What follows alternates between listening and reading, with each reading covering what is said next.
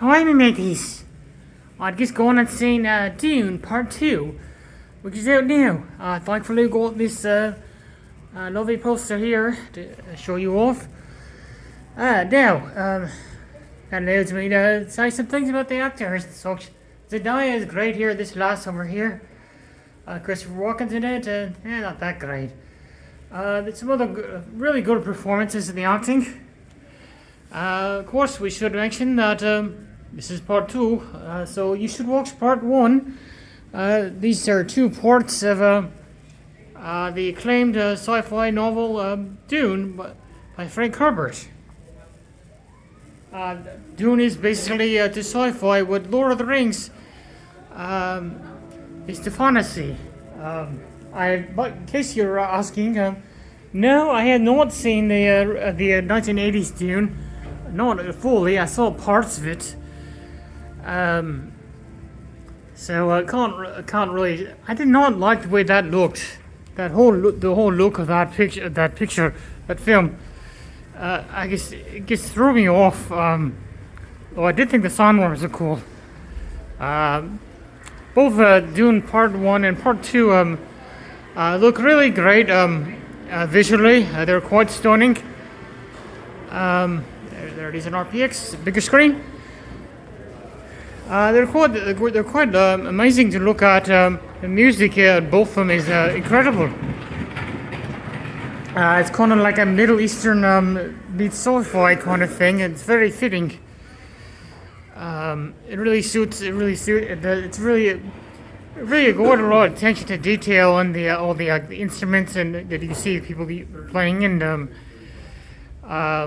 the scenery and everything. And they really do make the planet look quite beautiful. Dune, that is. And then the Harkonnen home planet looks so washed out.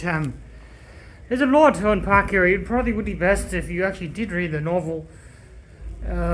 Such a dense book to adapt. Quite a challenge. I did try to read the novel. There was an aspect of the plot, a central aspect of the plot that just threw me off. I just couldn't get past it. Maybe there's a way that makes sense. I should try giving it a go. Frank Herbert actually wrote a trilogy, and I guess his son going off his father's notes and tried to and made a 4th novel. So I should probably check that out. I don't think I'd give it a fair chance. So it's it really is quite stunning.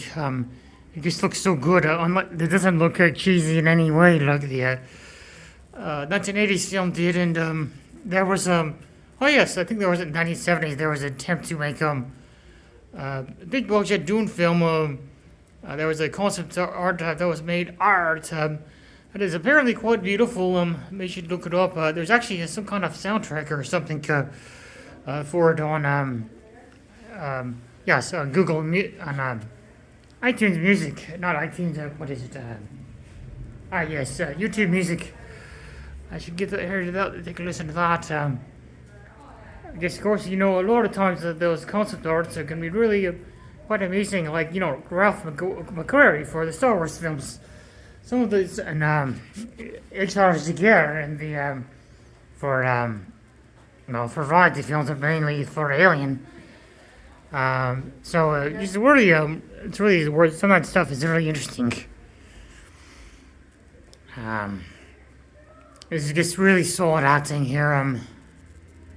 These 2 leads here are very you very much get the sense of conviction. Of course, this is basically a story about savior from another world or place. Like you find in a lot of kind of movies, actually like Avatar, where some dude from another planet goes and saves another planet's people.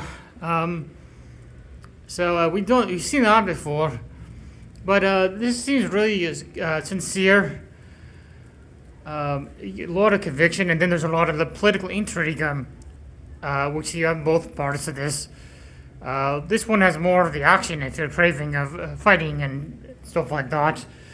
and they sold quite which is true for the books as well, and the whole religious element as well, which is kind of interesting. It seems vaguely like the Abrahamic religions, very reminiscent of that, which is probably what Frank Herbert would have grown up with. But it's not superficial. It seems very thoughtful. There's quite a lot to unpack there. There was also a mini-series, I believe in the 90s, on Sci-Fi Channel that I've heard was good. Of course, it doesn't have the kind of budget that this does. It's I don't know, I wouldn't say it's the greatest movie I've ever seen, but it seems very respectful to the original source material as far as I can tell. So I'm pretty pleased with it. I've been waiting for years to see this. The last one was in 2021. That seemed quite interesting with the trailers. The first one I did not see in the cinema. I saw it on Blu-ray 2D. There was a 2D to 3D conversion, which I had watched. That was not that good. The 3D conversion did very little for the picture. So if you don't see it in 3D, don't worry. It was filmed in 2D and converted to 3D. It wasn't very special. There were some parts that looked pretty good. I don't think there was anything like that for this part 2. So it looks great though. I probably should watch it in 4K or something if you're going to watch it at home. Part 1 is available on various streaming platforms. Not sure which one that would be as far as like Netflix or something, but if you want to purchase it, I know this on Vudu, which is the American service here. We have a service in America. We have where you can purchase movies. They're quite good as far as getting 3D pictures, 3D films to get. They're the only source for I believe 3 Disney's films, and if you want to see them in digital 3D. So there's that. Either way, though, you can't go wrong. They both look great. Watch them in the best quality you can. This is just a really stunning looking film. And apparently there is going to be a sequel to this, not a part 3, but I don't think so. But following the next book in the series, which I believe was Prophet of Doom. Because it was originally a trilogy there, so there's not much else to say, but of course there are more movies coming out, and I will be doing reviews of those as well. So here is Ghostbusters Frozen Empire. Kingdom of the Planet of Apes. There's Love Lies Bleeding. That looks pretty good. So there's another lesbian crime movie. Same year. Fantastic. There's a Deadpool movie with Wolverine. That's something else. Yeah, Madam Web was good. Okay, I guess that's about all I can really say. Go see this movie. It's good. Alright, like, subscribe, stay foxy.